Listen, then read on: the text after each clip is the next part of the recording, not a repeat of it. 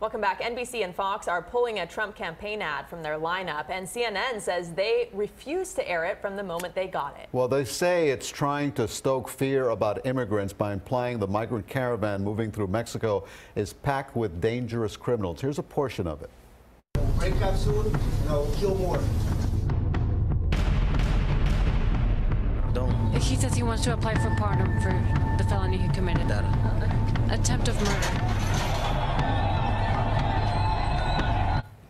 When asked today if the ad was offensive, the president says lots of things are offensive, including some questions he gets from reporters. Our expert guests are back with us again. Dr. Keith Noble, a former CIA analyst and syndicated columnist, and Cal Thomas. So, Keith, critics are saying President Trump is basically basing this election on fear, and some are saying racism when they look at ads like that. What are your thoughts? So that ad you just showed was Willie Horton 2.0. You know, the president and his appeal is to try to make us be fearful and try to tell people that immigrants are bad. Immigrants are dangerous. Immigrants are going to lead to crime. But let me tell you what the real facts are on the ground. In 2017, we had the lowest amount of arrests on our border since 1971. The FY 2018 numbers were more than a 10-year low at 335,000. Of course, illegal immigration is an issue that needs to be addressed, but it's not a crisis. And every study by experts that matter have shown that immigrants, on the whole, are less likely to commit crimes. They contribute to our society. Here in South Florida, this is a region of immigrants that's made stronger by their contributions.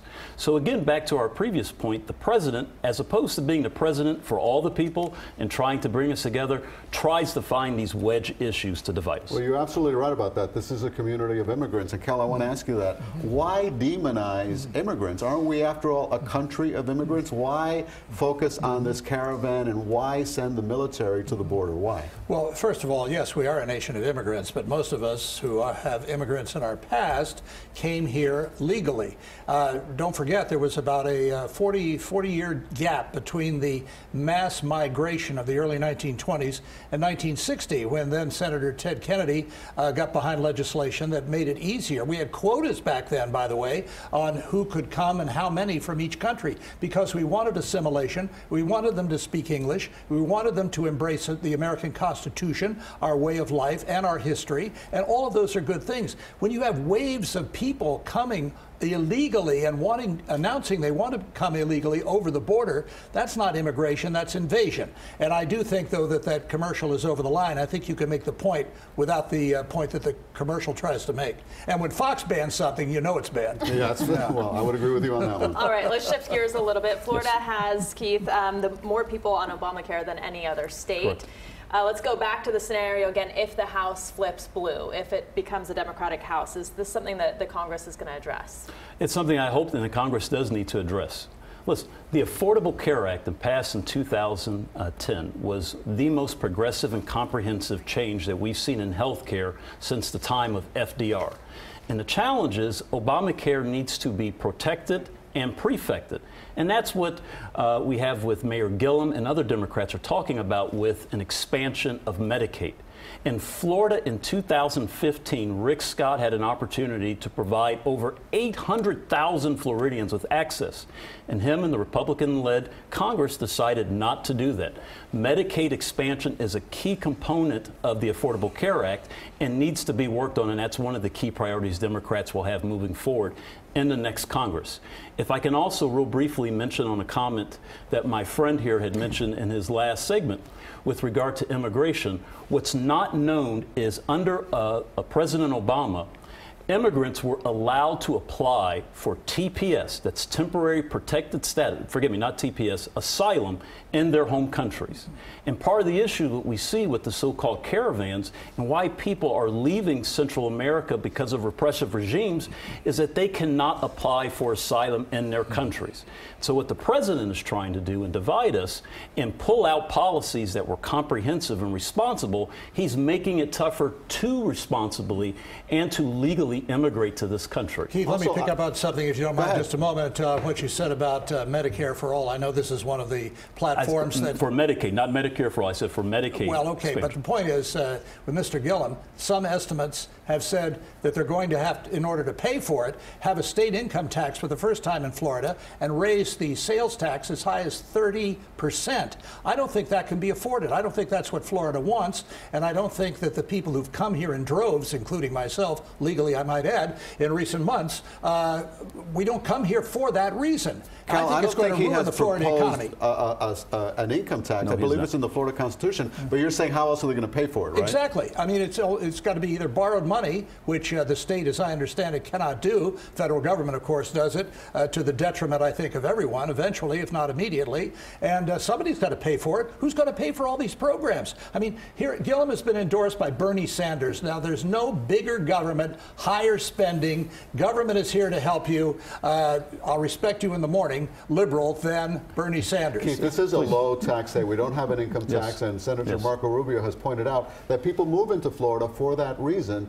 Would Andrew Gillum change that, in your opinion? No, Andrew Gillum would not change that. If I get back to the point, in 2015, the people of the United States of America, through the President of the United States and our Congress, had offered $50 billion in expansion of the Medicaid program that our current governor rejected, as well as the Republican House of Representatives. And so, yes, it is expensive. But the thing is, health care is a human right and is part of making this a more holistic and safe society.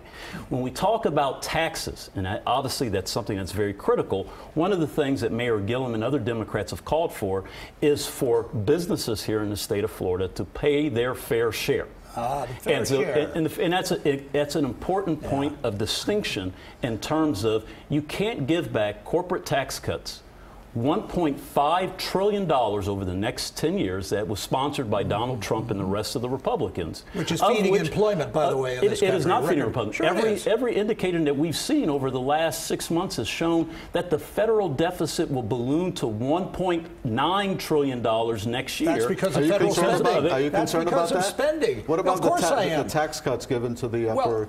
that were not paid for themselves? Well, look, the tax cuts fuel employment. The employment fuels more taxes. For the last 3 quarters, the federal government has taken in record amounts of tax revenue from half of the American people who work to pay the taxes so the other people don't have to work. It's not a problem of revenue. It's a problem of spending. And when Congress gets spending under control, then we'll have a healthier economy. Is that trickle-down economics? That is simply not true. Of course it's true. In the last year, corporate taxes that the U.S. government collects fell 22%. What's going to happen if the Republicans take over this Congress is they're going to use the excuse because they blew up our federal deficit with the Trump tax cuts, and they're going to use that as an excuse to cut Medicaid, to cut Medicare, and to cut Social Security. And you don't have to believe Keith Noble. You don't have to believe the Democrats. You could believe Mitch McConnell, who has said as much in the run-up to this election. I'll give you the last word, Cal. We got to go. Well, look, there are certain rules, economic rules. Yes, okay, the corporations are paying less, but they're hiring more, and those people are paying more, and the evidence for that is the record revenue that's being taken in by the federal government. Once again, it's not the taxes, it's the spending. Okay, we are doing well economically. Gentlemen, thank you very much. Thank you. Thank you for joining us.